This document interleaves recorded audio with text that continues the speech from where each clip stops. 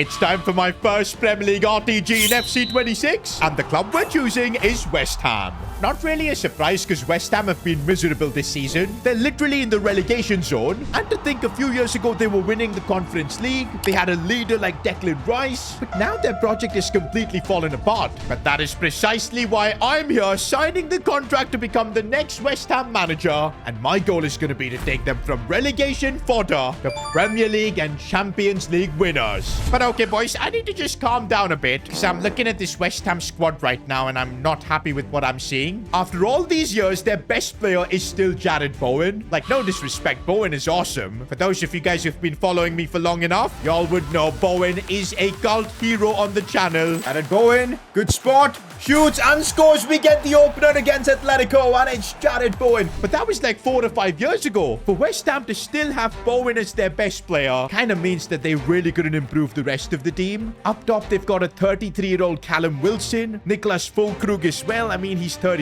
There's Paqueta, who's really talented, but bro's legit got like a gambling problem. I don't think this is going to be a project where in like a couple of seasons we've got everything sorted and boom, we're Premier League winners. I feel like this is going to be a proper grind, but hey, that's what we want. My first Premier League RTG of FC26, we want it to be difficult. It is going to be a journey, and I really hope you guys are on board with me. Make sure to subscribe to the channel so you don't miss a single episode of this West Ham series. Now, a few things to note. This entire series is going to be on ultimate difficulty, as it should be. It's an RTG, and also we're kicking off the series at the start of the season with a completely clean slate. With this, we can build West Ham the way we want. Now, before we can even get into managing the squad, figuring out tactics, maybe shortlisting a few players for transfers, we've got a meeting with the board. Now, this first meeting is about setting expectations. The ultimate goal, of course, of the West Ham board is to win the Premier League, but I think even they know that that is not happening in this first season, and that's why they're giving me two options here. Looks like I can set the objectives for the season because the board want to give me a bit of freedom, but there is a catch. The transfer budget is going to be dependent on what we choose. So like if we pick avoid relegation as our main goal for the season, the board will give us a budget of 40 million. But if we can promise the board that we can finish mid-table, which basically means above 12th position, they'll give us 60 million budget. Now, this is my first decision I need to make as a manager. In real life, this West Ham squad are in the relegation zone, but I do think the team is better than that. Yes, we've got a striker issue, a goalkeeper problem as well, but players like Todibo, Jared Bowen, even Paqueta, if we can just keep him away from all the casinos and whatnot, they're good. Somerville and Fernandez as well. I think we need to be aiming for mid-table, be a bit ambitious, so we can then get more money to invest into the club, and that is the option I'm choosing with the board.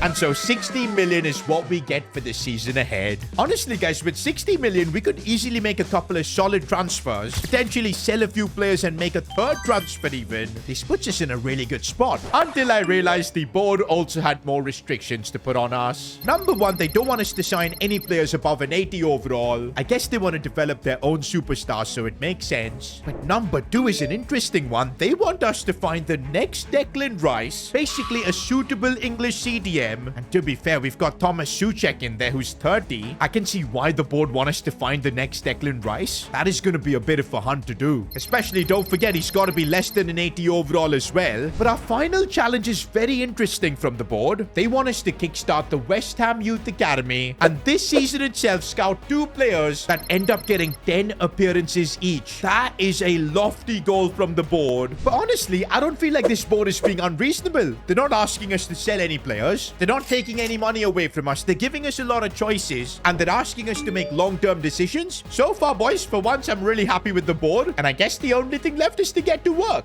But first, though, let's assess the squad we already have, see which players we need to focus on developing, and I think Todibo is one of them. Former Barcelona defender. Didn't really do much for them, but then he went to France and he was really good. I think he's got all the traits to be a quality centre-back for us, and I'm going to really focus on him. But his partner, Kilman, I'm not too convinced about.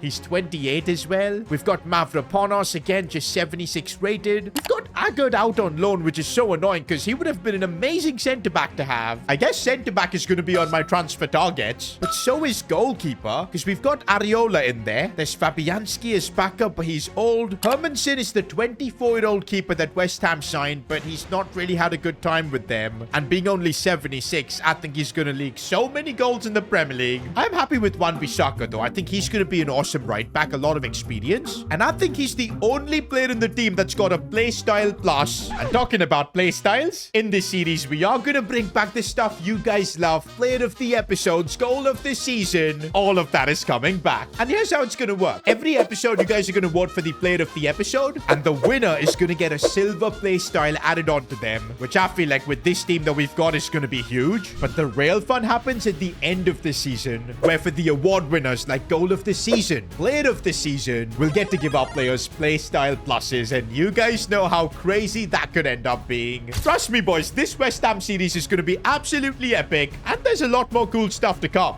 But okay, back to the team, and we've got Diouf at left back. Probably one of our most talented players, 77 rated, 20 years old. I think he's going to be huge. Of course, CDM, we've got Thomas Soucek. A couple of backup options that don't really look that exciting. And that is why the board want us to find the next Declan Rice as soon as possible. So I guess we'll put that on the shortlist as well. I don't think we can complain about our midfielders because we've got Paqueta. In terms of talent, individual ability, I think he's the best in the team. But how focused can he be? That's the main question. Matheus Fernandes has got a lot of potential too. Even our white players I'm really happy with. Somerville is decent. Bowen is of course going to be a big leader. And we've got Luis Guilherme on the bench. But up top boys, I ain't happy with Callum Wilson and Fulkrug. Striker is going up on my shortlist. In terms of priority though, I think I would put goalkeeper number 1. Because you guys know I always love building from the back. Now the first thing I'm doing is selling Areola since we don't need him. It just made sense to cash in on 5.5 million. But now we need to be on the lookout for a proper goalkeeper. Now, I was just about to put an offer for Alex Meret of Napoli, 82 rated goalkeeper, but that's where the problem lies. He's above an 80 overall. It really was difficult finding a good option with these restrictions.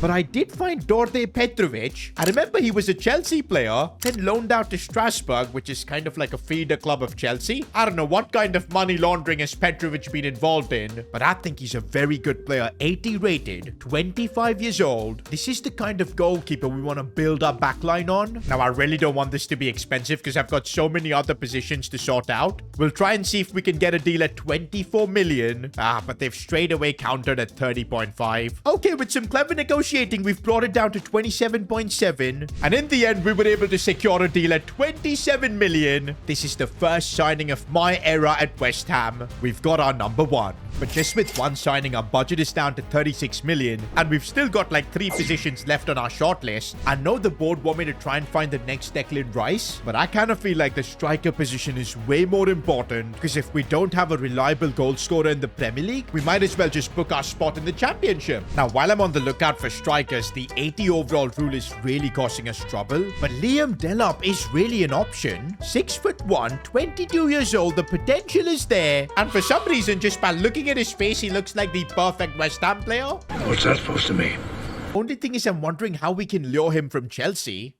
Guys, if we can secure a loan deal for Delap, that would leave us with a lot of cash for the other targets we've got. Wait, Enzo Maresca is still the Chelsea boss here? But let's try sorting out a loan-to-buy deal. But they're only willing to give us Delap on loan. I'm not sure if that's going to be the play, because if we can't sort out a buy clause for Delap, next season when his overall inevitably goes up to 81 or 82, he's going to be completely out of our budget. But this is the sacrifice I think we're going to need to make if we want to also improve other positions.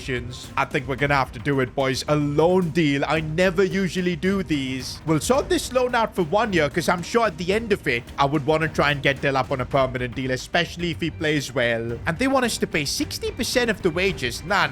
Let's go 50-50, Chelsea. And they're willing to accept that. And so is Liam Delap. He wants an opportunity to get more game time. And that's why West Ham is the right spot for him. On loan, he's joining us. Okay, now on my shortlist, we've only got centre-back and CDM left to sort out. Budget-wise, though, 33 million is not going to be enough to sort both positions. I think I'm going to have to sell a few players like Guido Rodriguez. We're getting 4.5 million for him. Oh, and that is a massive offer here for Fulkrug. 11.5 million for a 32-year-old striker. We just signed Liam Delap on loan. We've got Callum Wilson for backup. I am going to take the cash on this. Now, we were able to raise quite a bit of money with those sales. We're up to 58 million. That should easily be more than enough for a centre-back and a CDM. But looks like first we've got to begin our Premier League campaign. And honestly, before we go deeper into signing more players, I think it's a good idea to just get a feel of the team. Now, tactically, I quite like this 4-1-4-1 system. And don't bully me in the comments, boys, but we are going to play with a deeper system. I don't want to try the high-line stuff with a club like West Ham. It's not going to work. We don't have the players. Now, I like this 4-1-4-1 formation, but the annoying thing is it doesn't seem like most players are used to the system. We've only got Liam Delap, who's got a ++. And in terms of lineup, I think this is what I want to do. Except we've got this 21-year-old English kid, Potts, 72 rated. Do we just give him a run out instead of Souček and see what he's all about? Because maybe the next Declan Rice is already at the club. And here we go, boys. The start of a new Premier League road to glory. Every FIFA or FC, we have an amazing project. I remember last year was Crystal Palace. We've done Nottingham Forest before, Leeds United, Ipswich Town. And now we're trying to do it with West Ham. I am so excited here. And honestly, it is kind of a reunion for me with Jared Bowen. He's such a channel legend. Right now, it's Sunderland who are on the charge here with Adingra. Remember, they've got actually a really good team. But we defend that well with Potts. He's the player I've got a bit of an eye out for because he gives me Declan Rice vibes, but I know it's a bit too early. Liam Delap looking for, of course, Bowen as he tries to slide it through. Good defending. Oh, we've been opened up. It's poor defending. Good save, Petrovic. 30 minutes in, boys, and we haven't even gotten a shot on target. And oh man, we're on the back foot once again, and this could get really ugly, but it hits the side netting. Second half, and we need to see more from the likes of Jared Bowen as he gets this one for Liam Delap, who's going to try and turn. What can Delap do? He's not really a player that dribbles, and we saw that there. Okay, Somerville is making that run. We need to find him as he's the one charging through, looking for maybe a bit of space, going for goal, but we can't even get a shot on target. Okay, Paqueta from a set piece could be dangerous. Got to channel our inner Arsenal. Chance here. Liam Delap's header, and that was probably our first shot on target. Oh, we've been opened up here. And Adingra, I knew the moment the ball was played through, Sunderland were going to score. I can't lie, it's deserved as well. We have not been good. I'm kind of finding out that why this West Ham team in real life are in the relegation zone. Also, can I just say that Lucas Paqueta has not done anything in this game? He's supposed to be like our most talented player, but I'm not seeing that today. Maybe Jared Bowen will help get us back into this. He's done it all by himself. Keeper saves. Delap, no, he couldn't get there for the rebound. Full time, and my West Ham managerial debut ends in a disaster. Now, in the post-match presser, I was being bombarded with questions about Paqueta, and that's because we've got this unexpected event. Lucas Paqueta has been involved in a gambling scandal. The FA have banned him for 4 months. He will not be eligible to play in England during this period. Are we even surprised? I don't think we should be. He's done this before. I really thought with the kind of creative force he is, he would be huge for us. Now, 4 months basically means that he's going to be unavailable until January 1st. I think the play will be to just offload him as soon as possible, bring in another player, because he will be eligible to play in other leagues, so I think it's better for him as well. We will transfer this Paqueta. I didn't want to do this, but this unexpected event has kind of forced us. Now, something new I'm bringing with these unexpected events is that you guys are going to be deciding them. Every episode, I'm going to pick out one comment that has the most creative, unexpected event that could dictate the story of the series, and we'll be using that in the video. Now, I want you guys to keep them as realistic as possible. They can be anything from like decisions or storylines around players. The more creative you guys get, the more awesome the series is going to be, and we'll be picking one of the top comments for the video. And that's why I told you that this West Ham series is not just my career mode, it's yours as well. But yeah, today's unexpected event has kind of cooked us right before this Chelsea game. And no offers yet for Paqueta, so it doesn't really make sense to go ahead and make a signing. Plus, I kind of want your guys' input on who we should sign to replace him. So I guess for this game, we're going to put in James Ward-Prowse. Paqueta's anyway banned. We got to get him out of here. And also, I quite liked Potts in that first game, even though we lost. Let's give him a run out while we figure out who is the next Declan Rice. I know we're facing Chelsea, but we're walking into this game to try and get our first win. And I love the bubbles, boys. It's the first game at home. I think this is going to be the kind of game where we need to just survive long enough and maybe then hit Chelsea on the break.